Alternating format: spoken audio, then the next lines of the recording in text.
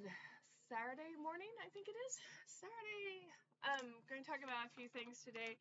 I think I said in the Wednesday vlog, I'm going back to one a week, partly because the producer person that we worked on some stuff with it didn't work out. It just didn't work out. Nothing against them, nothing against hiring remote people. It just did not work out. One thing I do want to talk about, soaking my feet in Epsom salts. I'm not this old, really. I'm really not this old, but I am old. And I use foot soak. It actually does really work. I mean, I'm surprised it really works. It works pretty well. And interesting tid fact, you can use this when you soak your hands too, and I'll be doing that later. Right now I'm washing clothes and doing vlogs and watching dogs and enjoying a great backyard. A few things. I'm happy to vote for Harris. I hope you do too. People always ask me, like, hey, why don't you put your money where your mouth is and volunteer? I am pretty sure somebody in Idaho, Utah, Kansas, Tennessee, Georgia, Florida does not want to hear from me now.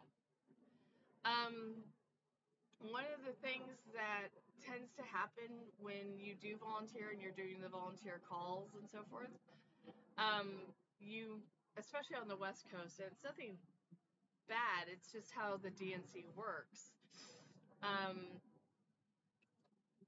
They have professional pollsters calling, and they have professional teams calling, and then there's the alumni, there's the big donors, there's a ton of people out there that are calling other people and telling them to vote and asking them to vote and so forth. I'm pretty sure even Michigan doesn't need to hear from me in California. What I do need to do, and maybe you should look at, is see what's on those ballots. See the pros and cons of voter registrations rules that are being voted on. See the pros and cons of the Secretary of States that are being elected. See the 400 and some odd Congress people that are being elected to open seats. Look at those races. Because one thing has proven to be true, that it's not just the person at the top, it's the people underneath that are going to decide if your vote counts. It's true throughout everywhere. Look at Arizona's propositions. Look at Florida propositions. Look at where education is being persecuted or enhanced. Look at, what do you care about in your own community? And you think, oh, it's great, it's fine, it's fabulous here. If I had known I could stop California Forever from taking farmland by voting on a measure 10 years ago, I would have. The only thing is that California Forever technically didn't exist then. And two, I thought it was okay for farmers to sell their land so that they could get money when there's no money to be had. And they have to get such a value for it and so forth. This is stuff that you gotta look at today. What are pro-farmers doing? What are people that are supposed to be pro-farmers doing? Look at ballot measures. Look at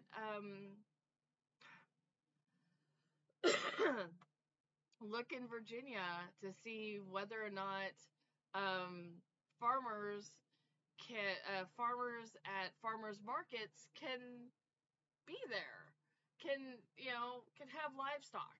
It's crazy stuff that when you think about it, you wouldn't think about it. But if you care about clean water, what is happening in Michigan? What is happening in Illinois? what's happening in, I'm trying to think of it. I think it was Oklahoma, or maybe it was even Texas. There was a fire at something, or there was flooding, and their water uh, treatment center got damaged, and it's not been fixed since. And I think the flood happened like 2 years ago. Um, so people still boil their water. I distinctly remember it was hysterical when my sibling said, "Don't pour the water out of the faucet, it's poison." And she was in Texas. And I'm like, "You're on well water, isn't that supposed to be safe?" I guess not. Um, Look at what, are we going to allow electric vehicles to have tax breaks? Are we going to force telecom companies to do the last mile regardless of cost? And are we going to subsidize that? What ballot measures matter to you is what's going to probably impact or not impact your life. I just don't think that me telling somebody in Colorado to vote for Harris is going to be worthwhile time spent. I think me talking to somebody in Colorado about, um, being able to use recycled lumber for home building would be better. Having a better building code for fire, or what are the snow levels, uh, weight levels? What is the weight level for roofs during snow? Does that need to be standardized? Um, at least I'm pretty sure it's already standardized. Does somebody in Montana need to know that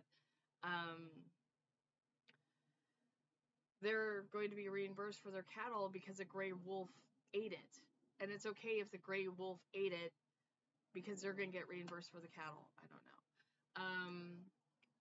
Should Yellowstone become a members only park? It's a national park, and yet um, it can't sustain itself with the influx of visitors. Maybe all the national parks should raise their visitors fees to that of Disney. Disney doesn't seem to be going out of business, and it's like $100 for an adult.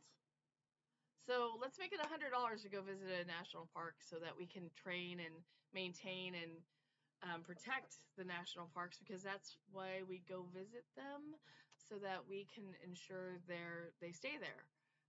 There's no reason we shouldn't do that. I think in Alaska, they have to limit it to a certain bus, and you have to take this one bus, and it takes you at one time, and it picks you up at one time, and that's the only way you can go to see some national parks.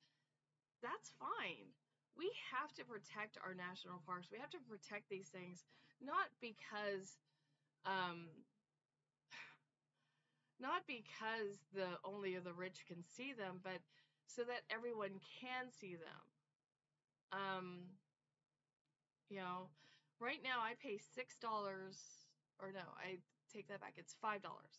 If I was to have a car, it would be $5 for gas.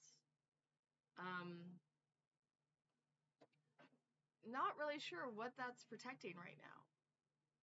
Not sure it's doing what it's supposed to be doing. I know somebody in London, and they pay something like $11 is the cheapest that they've paid for gas. And yet people still drive in London. I mean, it's not going to stop somebody from driving, apparently, but it also is going to, be realistic about what's affordable. And until we get that lesson right, it's going to be a struggle for everyone. And so, well, sure, things are difficult for me right now. I know it's going to get better. I know I'm going to be fine. Um, So there's that. And by the way, I love the fact that this is Amore Premium Epsom salt. This is something I got at Dollar Tree for $1.25. I don't know how many I'm supposed to use, but I don't know, it works. Another thing I got, and I'll show you guys. It doesn't look very good right now. I think I've shown this before. This Jackery Explorer 300 has really done a great job for me. I have no complaints on it.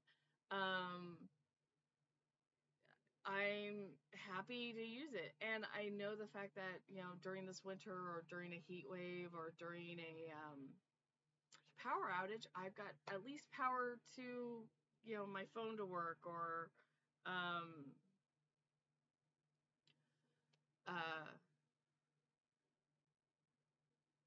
my fan to work or my heater to work. The fact that this thing does exist helps. And I am looking at the next version of it. EcoFlow Power. Oh my gosh. I wish I could show you one, but I can't. Those things are amazing, and I would totally encourage everyone to get one, at least for emergency backup, but also just to use it once in a while. It does make a difference. That being said, I think I'm going to end it here. See you next week. Bye.